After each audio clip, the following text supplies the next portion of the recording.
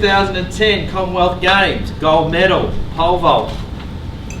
Went to Baldwin High School, local government school in the eastern suburbs of Melbourne. Father of two, restaurant owner, businessman. I'm sure you can ask him later what he's doing with his time. Every time I see him, it's something different. He moves very quickly, Steve. Planning this conference, we talked about pathways, and in our office and in your offices, you're always talking about pathways. National sporting organisations, lining up pathways with School Sport Australia, primary school into secondary school pathways. We thought there's probably no better person to talk about pathways than our own Steve Hooker. Welcome, Steve. Thank you, Nick. I'm going to sit down to keep it casual. I've just gone 3 Ps because pathway starts with Ps.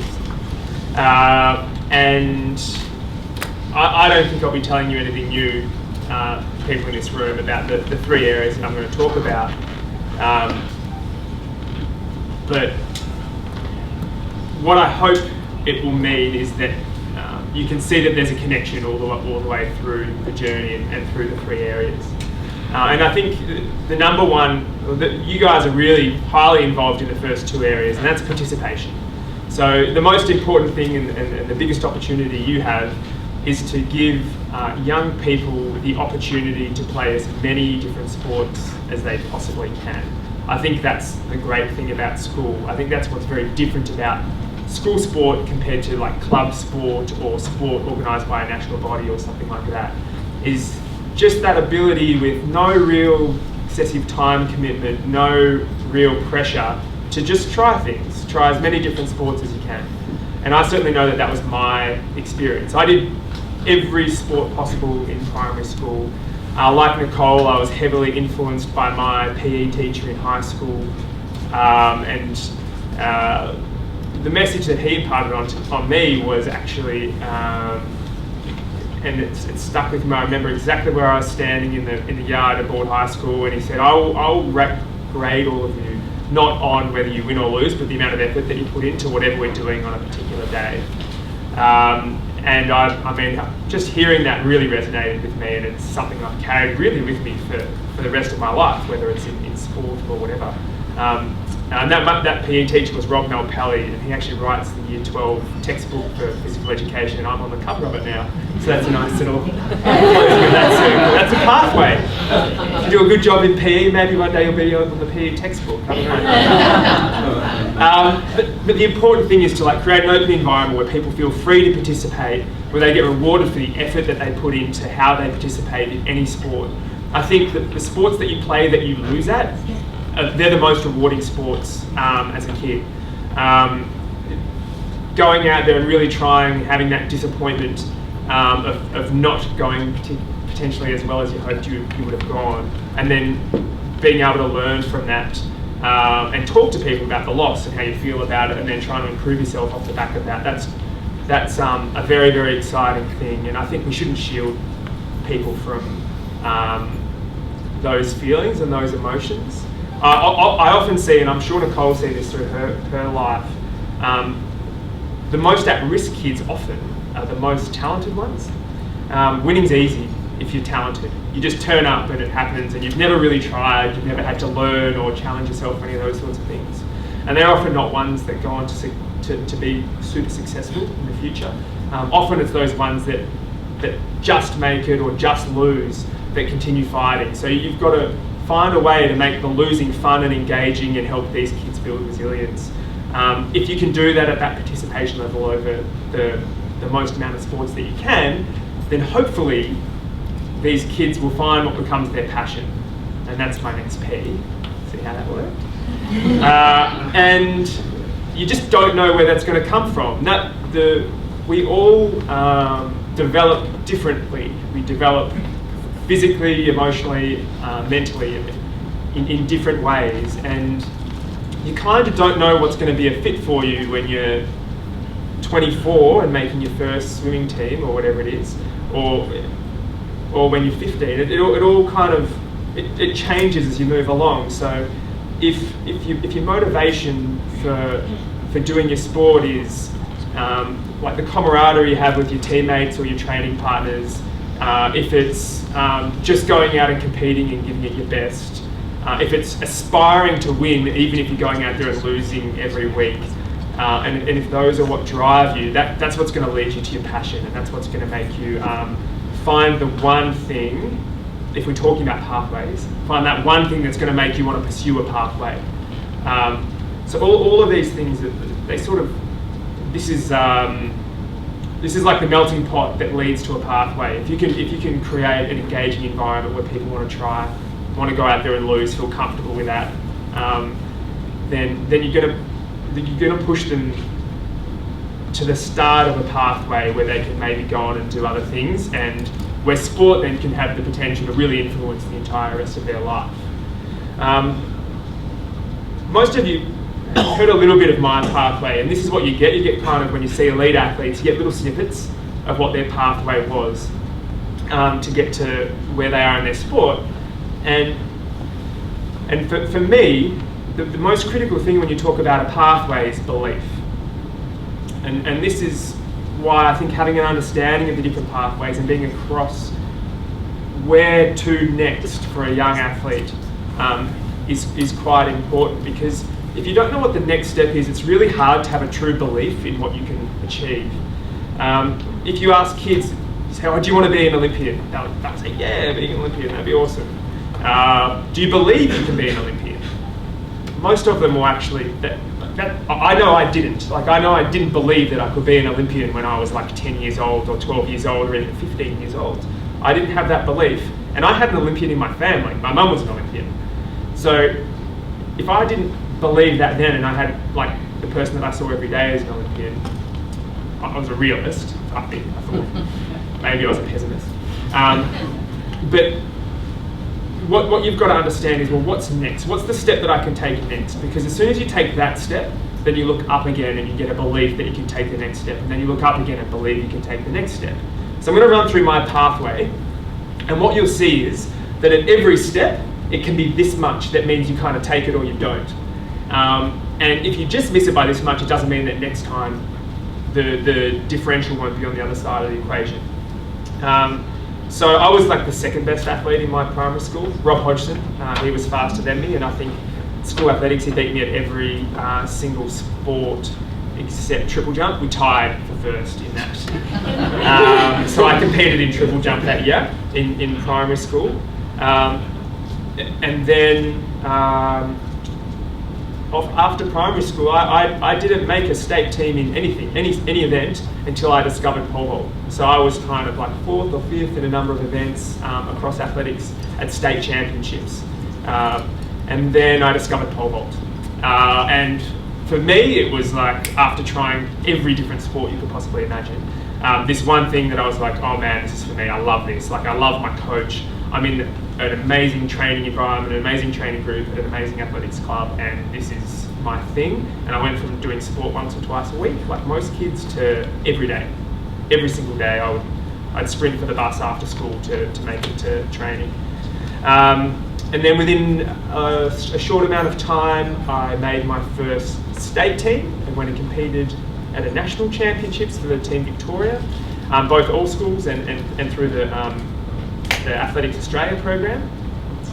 And I did okay in my first couple of those. And then when I was at that level, I set my goal to try and make the World Juniors team in 2000.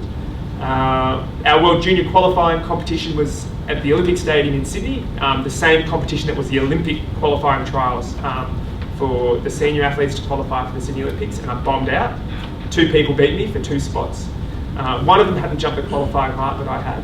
So I was waiting to see whether he would jump the qualifying height or not. In the end, he didn't, and I got called up like 3 weeks before the team went overseas. So I just made it onto that team, so that kind of ticked me onto like the next stage of the pathway. In the end, I went to the World Junior Championships, jumped a personal best, and came 4th in the world after nearly not making that team. And then I was like, whoa, okay, like people my age, I could be as good as anyone in the world. Came back from that, had a tough time with some injuries and confidence, kind of scrapped my way onto a World University team.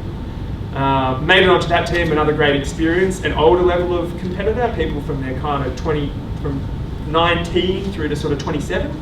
And it's sort of like the step under, I suppose, a world championship level of competition. Didn't have a great result. I rolled my ankle actually at that competition like 3 days before the comp, and had a shocking result. But once again, I sort of saw what some of the guys that ended up making the world championships that year at that competition. I was like, okay, I actually feel like I could be in the ballpark with those guys. 2004, scraped onto the Olympic team. Scraped on, jumped the bare minimum qualifier, and had 3 of the best pole vaulters in the world were Australians at that point in time, and I had to beat one of them to get onto the team, and managed to do that. So I just like barely got on there, and then went to Athens and had an awful result. Came 28th, jumped my opening height in the qualifying round, didn't make it through to the final, but got to sit in the stadium and watch the guys that would go on to make the final, go on to win the medals, and I came home from that thinking I can be as good as those guys. 6 months later, I was the 3rd highest jumper in the world.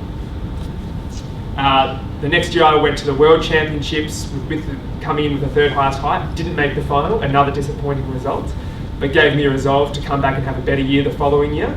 2016, won the Commonwealth Games at the MCG, #1 pole vaulter in the world. That year won the World Cup event at the end of that season. So all of a sudden, I'm kind of there. Like it was, so that's kind of the progression that can take place. The next year, 2007, made a World Championships final, blew it, came 9th when I was #1 in the world going in. The following year, I win the Olympic Games. The year after that, 6 months later, I jumped the 2nd highest height in history and am attempting the world record. But you can see through that entire process, there's like this much in it at every stage along that pathway. It can go one way or it can go the other. And that's where your support team come in, the people that are around you that are going to support you, that can say, let's use this as an opportunity to learn, an opportunity to build and take the next step. But I got carried away.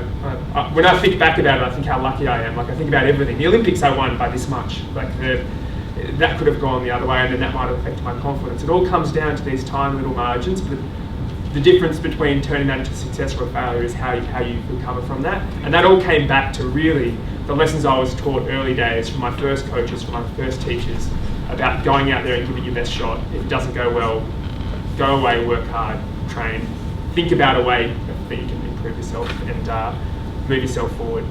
So there you go, participation, as much opportunity as you can. Find your passion, or give kids an opportunity to find their passion, and you never know where that's going to land. And then have them understand the pathway, and that it's never linear. There's going to be more disappointment in success than success. But each one of those steps gives you the opportunity to have the belief that you can take the next step. And I was the 2nd best athlete in my primary school, but I ended up being the 2nd best pole vaulter in the world. And if young people can understand that that's sometimes the way that it works, then that would be a good thing, I think. So I'm happy to open up now and have a chat about any other items that you might have as administrators, and if I can give any insight, or I guess from the athlete's perspective, or from someone that's seen quite a number of different athletes go through different experiences going through the pathway in athletics.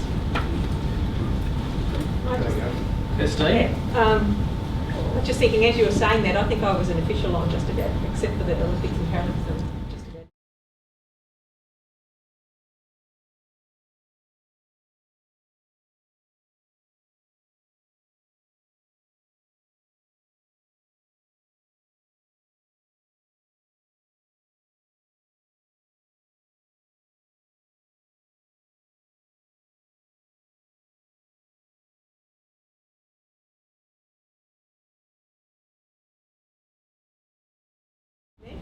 Or were you really close to it? I was close. I think I attempted it at PSG, and that was my first international experience. So once again, that was a great part of the pathway, competing against foreign athletes for the first time.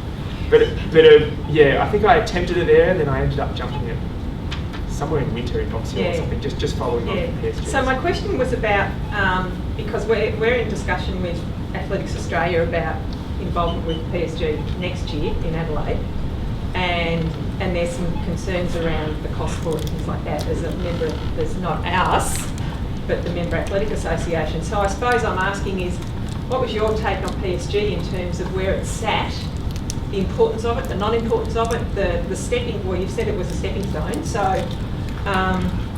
where did that sit in the scheme of things?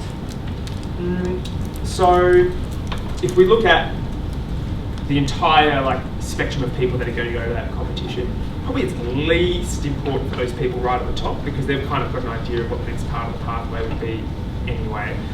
The people that, and this is super important actually, the people that sit just below that, that might be their third, fourth, fifth best in their event, or maybe just missing a final or something. I mean, that's going to give, they might not dream about going and making the World Juniors or something like that, but going and competing at something like a PSG where there's, I remember just being blown away by the South African kids that were at the Pacific School Games that I was at. Being in that elite-ish environment, seeing that international competition, that might just inspire them to stay in the sport. It feels like an international competition, it feels like you're representing yourself internationally, and that might just keep them involved, and often it's from that little bunch that you get the group that will jump up in 2 or 3 years' time, and I think it's an engagement question for them. It can keep that little group engaged and hopefully maintain their passion for the sport and keep them ticking along to a point where maybe they develop, get themselves with the right coach, get to the right event, whatever it is that's going to mean they can take the next step. Got time for 2 more questions. Chris Nunn. Hi Steve, Chris Nunn from ACT. Yeah, good question. I'm really impressed with the maturity around your approach to not being as successful as you hoped along your pathway. Can you explain to us a little bit where that came from? Was that intrinsic? Was it from mum being on the team, or was it from your coaching? Because it's the one thing that we've got to build in our kids is the confidence, particularly in your event, of all the track and field events, it's the one without confidence you cannot succeed. How do you build that confidence in self to go, okay, well that's just a stepping stone. The 2 words I love is what's next. But there's a resilience about you in terms of dealing with that and saying, oh, okay, well, I can move on. Not everybody can do that. I'm interested in your message to kids and how you build that. I kind of wanted it. I really wanted it. So I feel like I was lucky that I had an event that has all these different elements to it. So it becomes a problem-solving exercise. Well, why didn't that work? Why didn't I get the result that I wanted? And then with your coach and your team, you come up with a bit of a strategy on what you're going to work on to try and get out there and have a different result next time. And that's kind of easier in pole vault because there's so many variables that you can kind of play with and then go and work on in the training environment. So I would say that's probably the main thing. It's just the learnings from it. Well, what did we learn? I don't need to talk to you guys about that. What did we learn from losing today? What can we take away from that and put in a plan to work on that moving forward? And then once again, it's what's next. I mean, you just park it. Let's quantify the learnings, park it, and get on with the next bit. That's kind of how I live my entire life, really. Even now, jump in the deep end, sink, swim, learn, do it again. Especially in your event. Yep. Got time for 1 more question. But once again, that probably comes down to people enabling me to do that and giving me the confidence to do that. So if I didn't have people saying, yeah, you can do that, and if it doesn't work, that's fine. Try it again. Try something else. It doesn't matter. That's what I got from my parents, I suppose. The feeling that I could do anything, whether I did well or I didn't do well, it was all fine. Dan? Steve, a little bit left field, I suppose, this question. You said that you tried a whole lot of different sports. You said that you tried a whole lot of different athletic sports, and without wanting to put your performances down, it sounds like you were never going to make it in a whole lot of those athletic sports. How do you get, we don't offer pole vault. Pole vault's kind of one of those random ones out there that, you know, how do you get into, or how do you push a kid to go into something maybe that's not in their kind of spectrum of activities, but ultimately they might end up being great at, like, and in particular pole vault. How did you get to pole vault? Well, that's a network thing, I think. So I think if you want to open up as many pathways and opportunities to participate, you've got to actually take that responsibility on a little bit yourself and figure out, just go out there. I mean, everyone that's involved in these sports at a club level or a local level, they're really passionate about what they do. So if they've got people reaching out to them saying, we've got young kids that we think might be a good fit, they want talent identification, opportunities to see talent with young kids is a great opportunity. So it's just about, I mean, it's easy now to do the research and find out who's out there. I was lucky. I was doing little athletics at Box Hill Athletics Club. Emma George was pole vaulting at Box Hill Athletics Club. One of the best pole vault coaches in the world was coaching there, and I asked him if I could have a go. He knew my mum was an Olympic long jumper, and he was like, "Yes, I want you to do this." Sprinter, jumper, maybe. Right. So that was the right place at the right time for me. And in answer to your question, I think I could have maybe made like a 4x400 metre relay. I was late to go. And self-confidence is obviously what we do. Would you please thank Steve Hooker?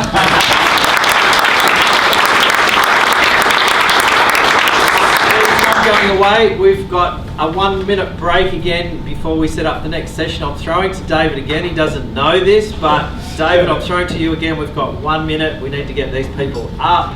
And so maybe we start down the end and you can introduce yourselves, tell us your name, your school, your year level, and maybe one thing about you. Yep, so my name's Jacob Martin. I'm 14 years old and I'm in Year 9 at Maribyrnong Sports Academy. Yeah, I've been playing footy for about roughly 7 years now, and yeah. My name's Dylan Brusher. I'm in Year 9 at Maribyrnong, and I'm 15, and this year I went to Brisbane to play Victoria.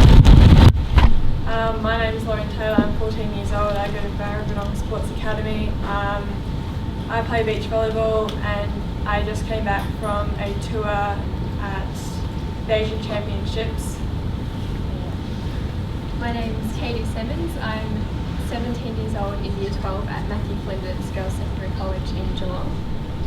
My main sport is netball, but I've also started playing cricket recently. My name is Judy and I'm 12 years old and I'm in Year 6 at Brighton Girls School and I like to run. Let's give him a big welcome. I might start with the three from Maribyrnong because, I mean, I'm sure you're all familiar with Maribyrnong.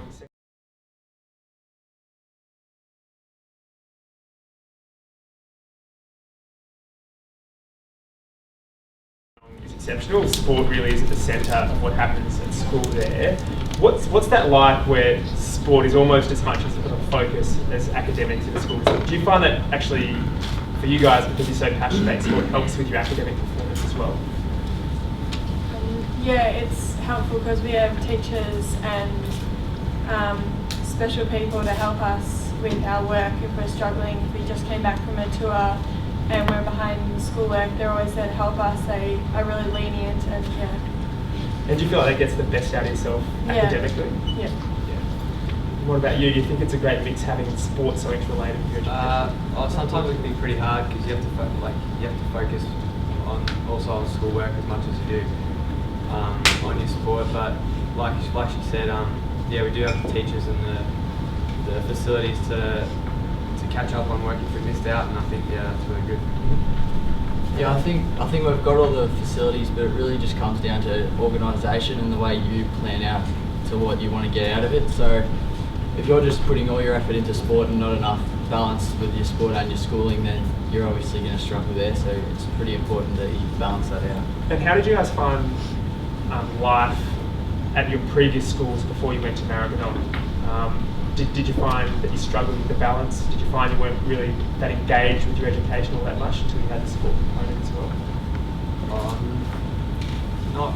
Not really. Like, I guess all the time it's the same. Whereas like you just do a few sessions of sport each week, and then going to Maribyrnong where you do like every day is pretty much sport. So it's a big step up from where we've come from. Yeah.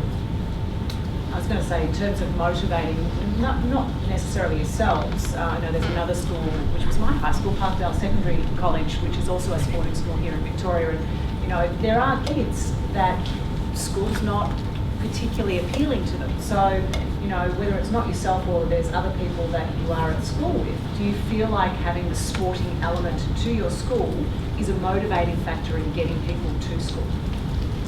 Yeah, I think that's pretty motivating, and it's even more motivating when you're surrounded by people who have the same goal as you. So to say, like being in a sports academy, everyone wants to be a professional athlete. So even like being around those people, training with those people, it just sort of drives you, gives you that extra edge to want to be better. Katie, I've got your bio here, and it looks like you did everything. Katie, so she's been a bit modest. She's played netball, cricket, hockey, softball. She's a netball umpire. She's made SSV finals of athletics and swimming. So she's obviously brilliant. She does it. Who was it that enabled you or encouraged you to do such a broad variety of sports early in your sort of school or sporting life? Well, I know at primary school, my mum was my main influence. There was I didn't have my stepdad or my dad around, so it was just my mum, my sister and I. And from an early age, she pushed me into netball, and I couldn't actually swim when I was in prep, but I then got swimming lessons, and so netball and swimming continued through primary school. Swimming's dropped off since, and I'm now more focused on netball. But since coming to high school, that was when the broader range of sports came out. So really good. When I think of school sports, there's sort of two opportunities, and there's one that's the classroom side, and there's the other side, which is your hockey and things where you're participating against other schools. So I got to participate in many sports like within the classroom, and then when it came round to competing against other schools, I could kind of pick and choose what I wanted to do. So that's where those opportunities came.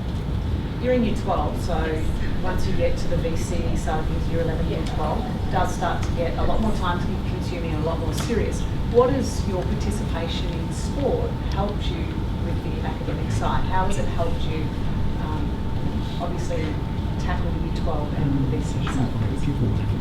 I think that sport has definitely helped me. Like in the past, when I've been participating, it's given me a better sense of time management, and I've had academics, I do music, so there's more things I've dedicated my time to. So now when I'm getting to VCE, some of the sport has dropped off, but I've got the commitment, which means I'm committed to my academics, but also my sport because it is my passion. Dee Dee, have you been on any Team Vic teams yet? Yes. How have you found that experience? Have you found the team representation? Has that kept you engaged and motivated with the sport? Well, it's made me do sport more, and I've made lots of friends. So is that friends on the team or friends from other states? Yeah, states as well. Talk up.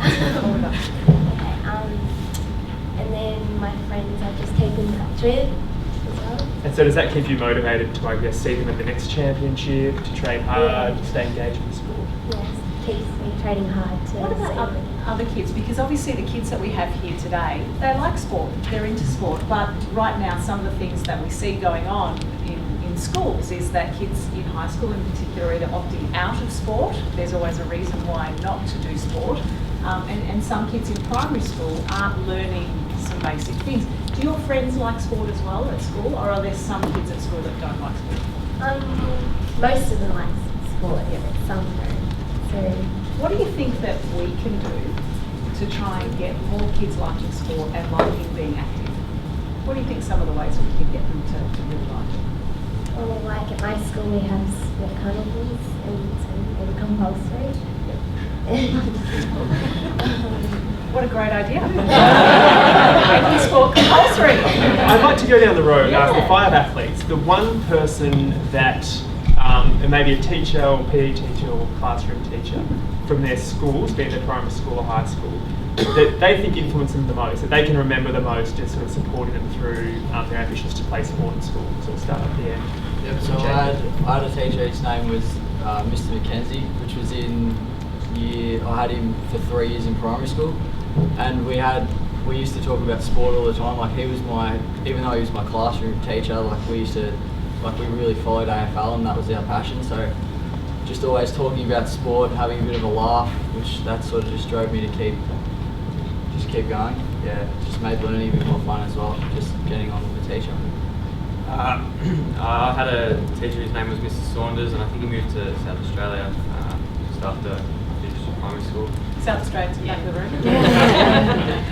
And yeah, like you said, we could just talk about sport and stuff, and he'd always tell me just to try whatever sport you just want to do, because you never know what you might be good at. And then he'd always tell me that my little brother was better than me, so it's a bit of motivation to do a bit better, I suppose. I have a teacher in high school now called Miss Fraser, and she's really nice. We have a lot in common. She did her fair share of sports when she was younger. She's made a few Australian teams, I think. She's always driven me to do really well in my sport. She's always given me the motivation to, I don't know, go to class and go to training, just because she's that motivational person who helps me get through tough times. I think I'd have to say for me, it probably started in prep with my teacher, Mr. Perrott, who strangely enough is now my stepfather.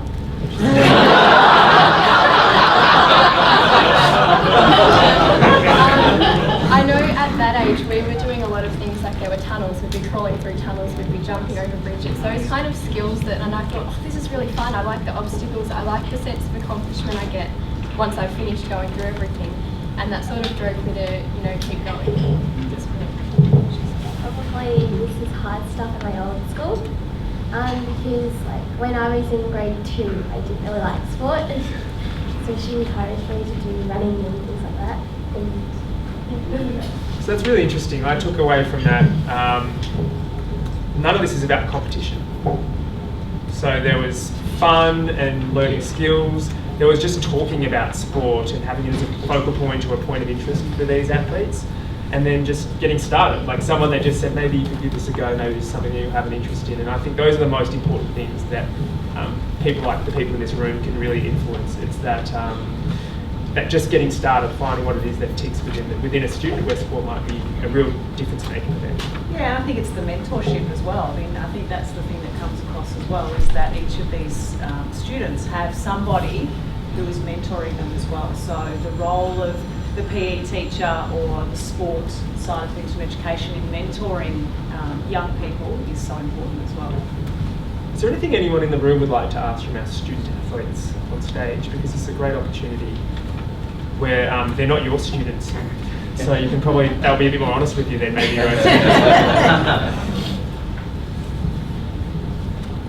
Steve, I've got just a quick story. He was my student at my school last year, and we worked at schools in Victoria, and I picked up a job who's a national 800 metre champion. And I went, wow, this is going to be great. I'm going to be able to wheel around and from that point of view. And we turned up to our first athletics event at school, and she won the 800 metres by 150 metres, boys and girls in the race, and upset me about having great sense. And the champion, about 20 minutes later, we had the 400 I'm ready to see on the great event. She came out and said, I'm not running this. I'm like, what? We're on the train. And she goes, I'm running with the media, and the media's a Down syndrome child in my school, and they ran the 400 metres together, back to the pack. There wasn't a dry eye in the place. And I think sometimes with sport, we talk about what they're getting out of it, it's what they give back to other students. And this child with India there's training to represent the state in shot put this year.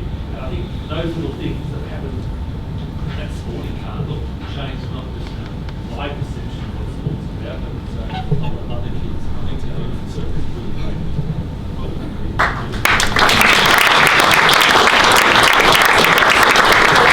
Do you find that your sport gives you an opportunity to be a leader amongst your friends and peers? Yeah.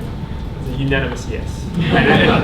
And you never know what it's going to be. Like for some people, public speaking might not be their thing, educational music might not be their thing, but if you can find that thing where you've just got a little bit of confidence in yourself, then you'll use that to lift up those around you, and I think that's one of the great things that sport can do. I think the other thing is too, it's really important to have heroes and role models for kids. We talked today about the influence of parents, the influence of teachers, but I think also it's important for young boys and girls to have heroes and role models, and unfortunately in the ITC environment that we're in, kids are often looking at, reality TV shows. They become some kind of role modelling for them, or whatever competitions, singing competitions, which also give out some good role models in some cases. But from a sporting point of view, I think it's really important to promote our young leaders as well, so that the next generation of kids coming up have some heroes and role models. Was there, and hopefully you'll all say Steve Hooker, but was there someone that, as a younger athlete, or did even now, is there someone that you've looked at that you've gone, I want to be like them?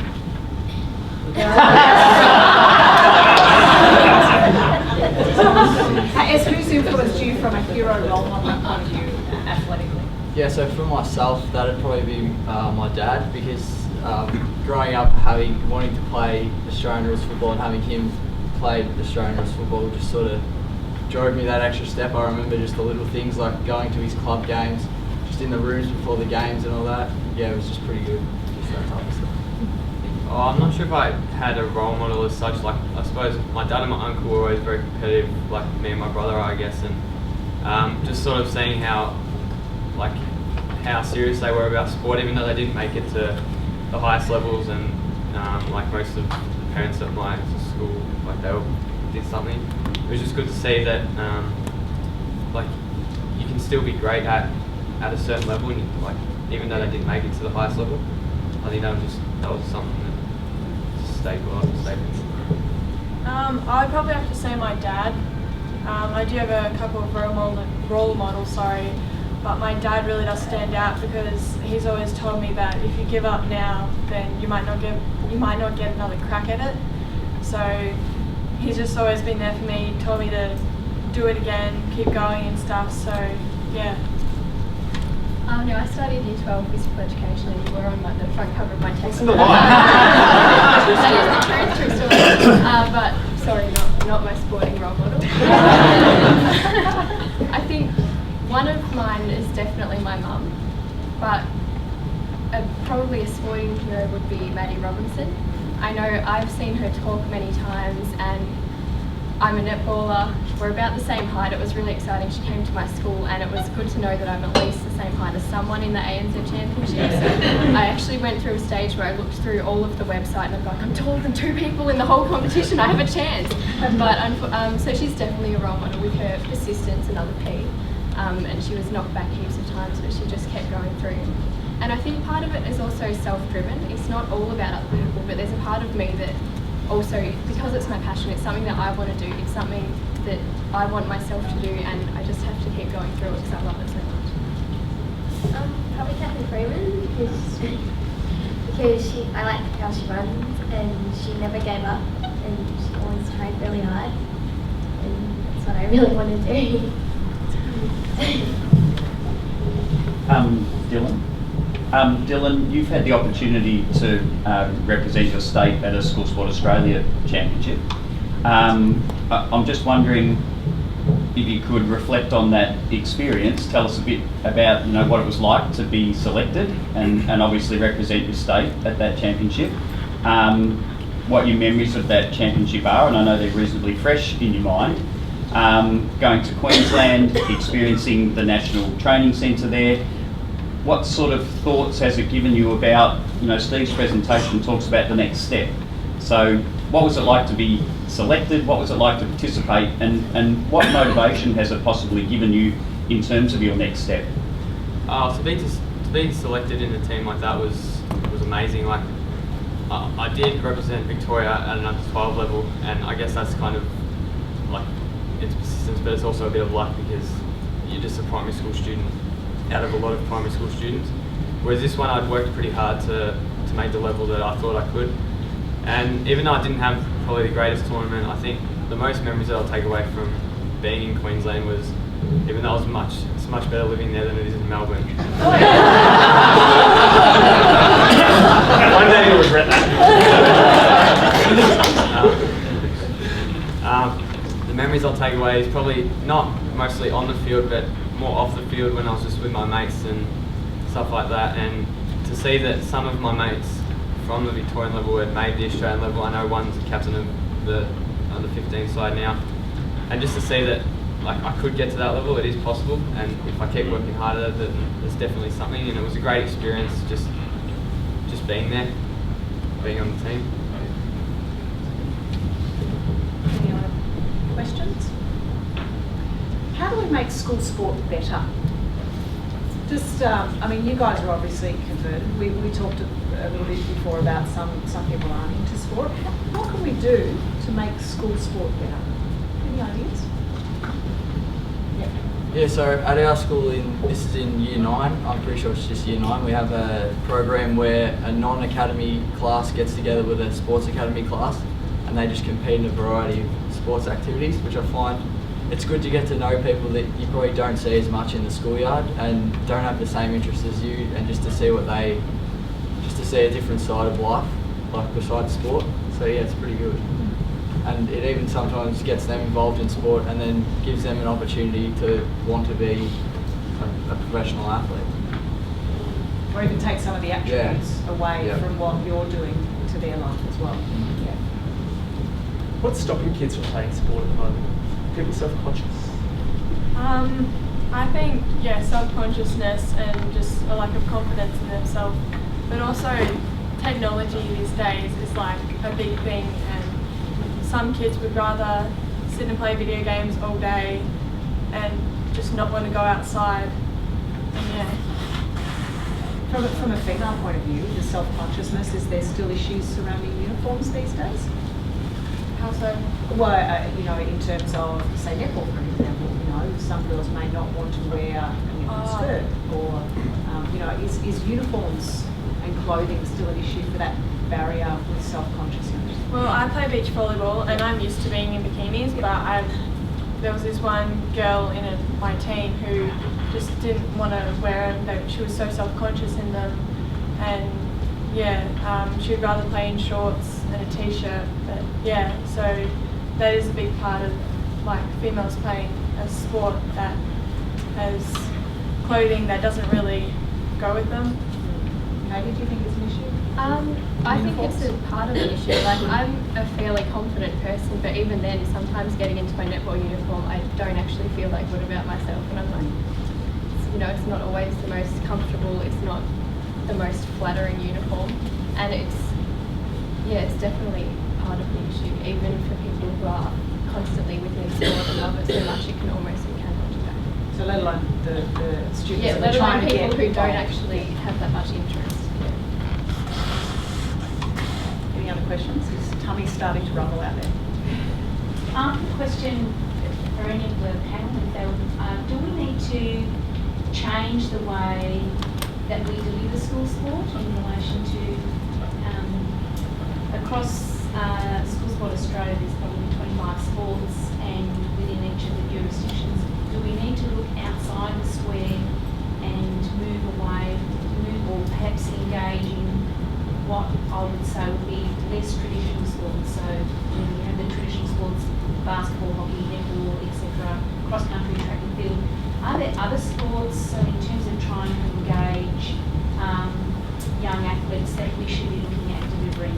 I'm not quite sure what I'm thinking of, but Skateboarding is going to be in the Olympics in Tokyo. Skateboarding is going to be in the Olympics in Tokyo. Before the panel answers, Steve was at the meeting with the Olympic Committee just recently. They're looking at also rock climbing. Rock climbing, skateboarding, 3-on-3 basketball. So actually starting to evolve to sports that are less structured. Certainly the engagement in structured sport has changed. So whether or not you can evolve yourself into the modern market of what kids are after and what kids like. And it can be the length of the game. I mean, I'm going to, alluding to cricket's moved away, a long way away from, the traditional 2-day games that were in 2020 and those sorts of things. But it's sort of looking at the time as well. What do you think? I think the reality is that not everyone can be like a sports person. Like, they may not like it, and that's up to them. But I think, like you said, if they did introduce more of like less structured activities in sports, like stuff like rock climbing and stuff like that, I think that would definitely get more people. Because I think, especially at our school, like if you're not in the sport academy, then it's almost like that's it. You're never gonna be anything to do with sport, and I guess that's kind of hard if you think you are or want to do something in sport. But I think if it's almost like they know that they can't make it now because someone's better than them already, and I think that's kind of hard for them. I'm an innovation guy. I love innovation, love looking forward and seeing what's going to happen in 10 years' time. And we all sit here and we say, computer games are ruining our kids. Computer games of the future are the most exciting things for our kids. Like, the highest paid athletes in the world in 10 years' time are probably going to be gamers. Virtual reality is coming to life, and this is where you're actually moving and participating in these things. So if this is something that people engage with, even if it is sitting down for now, this is still proper high performance. This is something where if you went out and went for a jog or a walk and had a good diet, you would be better at this. And and people will respond to that. So this is still, it's still sport. It's going to become more of a physical sport in the future, but I think actually having some foresight and thinking about what you can do to interact with gamers, this is a massive opportunity, particularly at the age group that you guys are looking at, to have a look in 5 years, 10 years in the future, do some research on it, see where it's going. People are earning millions of dollars. Some of the highest paid professional athletes in the world are gamers. There's a massive market there, a massive opportunity to engage with people that are just not engaged with diet, exercise, movement, and you can take advantage of that, I think. Come back? Gamer. You could, yeah. You've got the diet, you've got the exercise, you can have a big No, hand over. Yeah, just going on with that, I'm a gamer myself and I watch a lot of other live streamers and stuff. There's this guy called PewDiePie, he's got over 4 million subscribers on YouTube. He has a world record for that. There's a girl called Minx, she went to the CWL championships that were held in Crown. What does that mean? Cod World League. Okay. So Feeling very basically- old just for a second. Sorry. How many people in the room know that this stuff exists? It's good. It's a start. It's massive, and there's a massive opportunity around it. Yeah, so they actually have like Asian championships, world qualifiers and stuff, and it's just amazing. And these streamers, like I was watching Mix for example, and she was live streaming, and I was watching, and she's got 2 donations of $500 each, and she's moving to America, and she's already halfway to her donation. She's getting $6,000, and she's already halfway through there, and that's from just people watching her and just being like, oh yeah, I'm going to donate $5 to you, and it's just amazing. Like, it's really changed. After watching the television on the weekend, we need to introduce Rubik Cube. Yeah. That was amazing. Yeah. That how you could, tap into that. Definitely made a comeback. Anything else? Yeah. Well, these impressive kids are here, young women. What's one thing at school that you think could be changed? I'm not asking you what you hate about school, or what's one. It could be the hours of school. It could be the number of classes. And I'm just throwing it open to you. Homework. Yeah, it could be the amount of homework. What's just one thing that you think schools could change that would make school life for people better? Yeah, so I think that being at a sports school, we tend to have a lot of sport, and it really comes down to time management and organisation.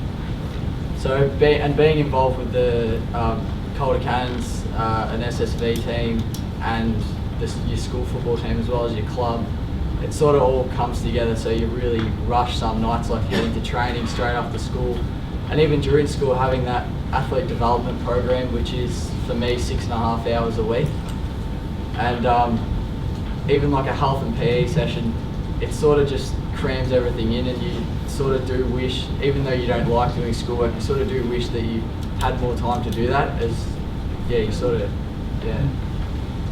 Well, I think definitely homework, but I know that's probably an obvious one, but I think maybe to get more kids involved in sport, we do need to have a look at the amount of hours kids are like studying after school. Like we do 6 or 7 hours at school already, and then they get us to do 2 or 3 hours at home every night. And I know that definitely it's a lot harder to get to training, and then game day's not so bad because it's on the weekends, but training especially, it's hard to get there. I'm with Jacob. I reckon, well, since for sports people, their day is really cramped in, they've got so many subjects and so much homework to do. And for example, I'm not a maths expert, I'm not very good at it, and I need help. So I reckon if there was more time to see teachers, because after school I've got training and I've got to do other stuff. So if the teachers could be more available to us, like after school hours, or I don't know, something that would help, that'd be great. I don't feel I'm a good person to ask this question. I love my school, and I really don't know what I would change about it. I think maybe going off what you guys have said, it's not about changing the whole structure, it's about making it more individual for different people. I think more individual, like for me, I don't need my teachers to be available more often, but for some people they might. So maybe it's about getting them more engaged with their learning, and then this other person, they might be interested in music and they've got a stream there. It's got to be more individualised, I think. Well, I think if people are struggling at school, maybe they could do one lunchtime a week at school and learn more. So, that's good. Yeah, I'm really interested from each of the kids in terms of parent involvement. So, particularly going to a school like some of you, the parents just say, right, off to school and learn about sport, or are they actively involved in your learning and helping you on weekends and after school? So I'm just curious to see what the parent involvement is with your learning in sport. Yeah, so for myself, so my dad, this is on the school side, my dad's really good with maths and my mum's really good with English, so whenever I need help with homework, I'd sit down with them, just maybe on a weekend, Saturday morning or something, for an hour or so, and just work things out. And also, like when I'm having trouble with my sport, when I'm finding I'm overtraining or something, I can always talk to them and just manage like my time and workload and that, and it's pretty good, yeah. Oh, I hate doing homework on weekends. Especially when I have an important match or something. I just find I'm overthinking it too much and then thinking about the work, and I'm not focused on it. So I know I can always ask my mum, and it's hard because my dad doesn't live with us, but she's pretty good with school and stuff like that. But it'd be probably good to see someone else to get help with school if I did need it. I know, like she said, I'm not great at maths either, so it'd be good to see the teachers probably more often. Chris, can I just confirm, are you asking the kids about parent involvement in their sporting pursuits? Yeah, around the sporting stuff, specifically, not so much the academic not stuff, school. but really, I'm curious to know that you go to your school, you've got a fantastic opportunity to learn your technical elements of what you're doing in sport, and physical development's all taken care of. But I guess where I'm coming from is how much are you relying on parent involvement to get you to do what you want, to get to matches, to get to other training, to do things like music if you're not driving, etc. There's a lot of, and I'm taking it with one of you's got a single parent family situation, so I'm really curious to see what's happening from the home front to support your sporting career. Oh, well, I'm pretty lucky because my dad can usually take me to most trainings, if not all trainings, and then the trainings that I have at school, it's just straight after school, so you just get changed and it's there, and then on weekends, sometimes my mum has to work, so it's always good to have my dad there, and I know he can take me to stuff like that. So I'd probably rely on him more on my sporting thing and my mum more on the academic side. Any other thoughts on that?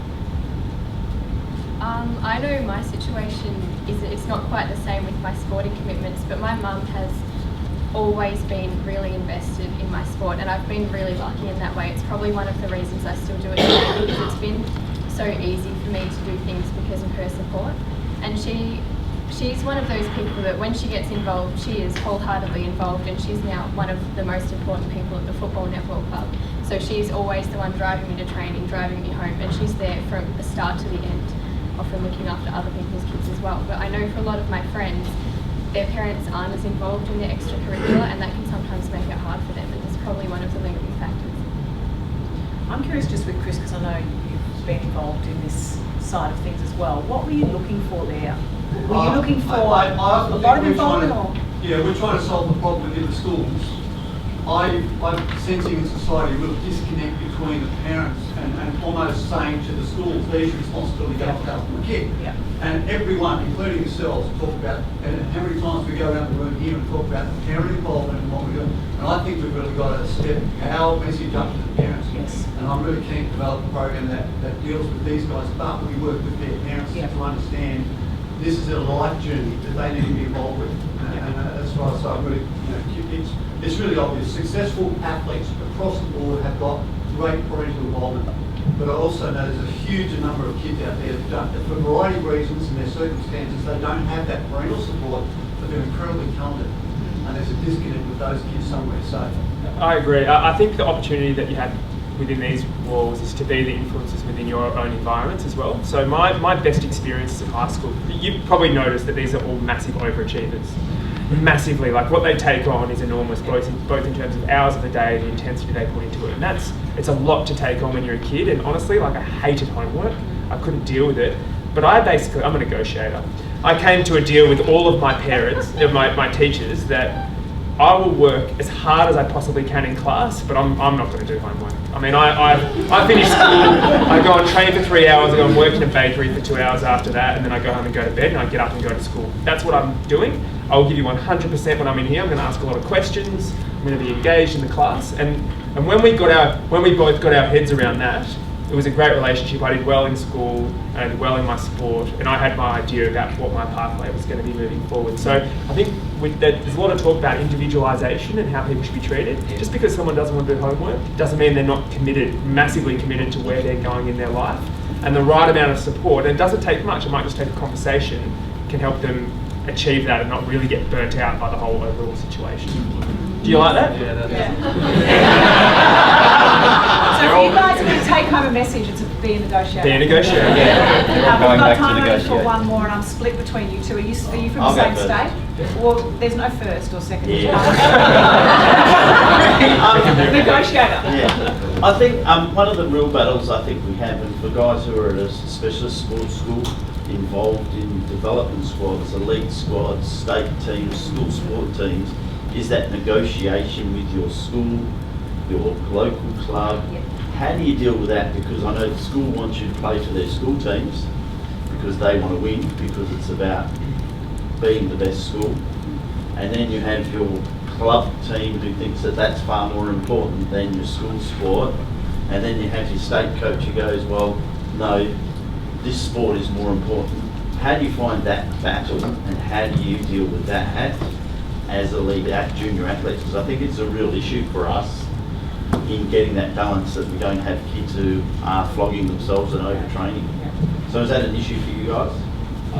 Yeah, I think that it's the athlete's responsibility, as well as maybe also the parents, but it's mainly relies on the athlete to maybe just get around to each, say, classroom teacher, sport teacher or something, and just work out what you're going to prioritise as your top sport. So for me, I'd have my state team as my first priority, and then say I have club training which clashes with my school training, so I train with school on Tuesdays and Thursdays, and my club training's on Tuesdays and a Thursday morning, so I miss the Tuesday at club and train with my school.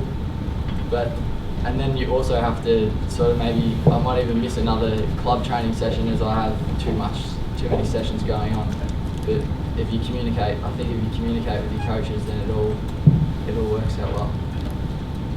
Communication is key, and particularly if you are the organisers of school sport in your state or territory, and picking up the phone for the particular sporting state associations and checking dates with them. I think that's really super important, so that kids don't actually have to make a choice between doing a Team Queensland or, use my sport as an example, state championships or an important competition. So actually pick up the phone, quite I often think, we just Nicole, shoot the emails. problem is that the coaches, sometimes their egos get ahead of the importance of the kid, and they see what they're doing as the most important, and this one is not as important as mine. Yeah. And sometimes that communication is very difficult. Yes. Because of that, Yeah, because to they get see them to what they're understand. doing is more important than If anybody you can else. influence though the calendar, I think that makes sense as well. I'm talking about state association and state school sports organisation. I think that's all time we've got for. But I think what we can see here is that you get so much insight just by talking to kids that are living this every day, and I encourage you to do that all in your home environment. Thank you very much, guys, for coming out today and sharing.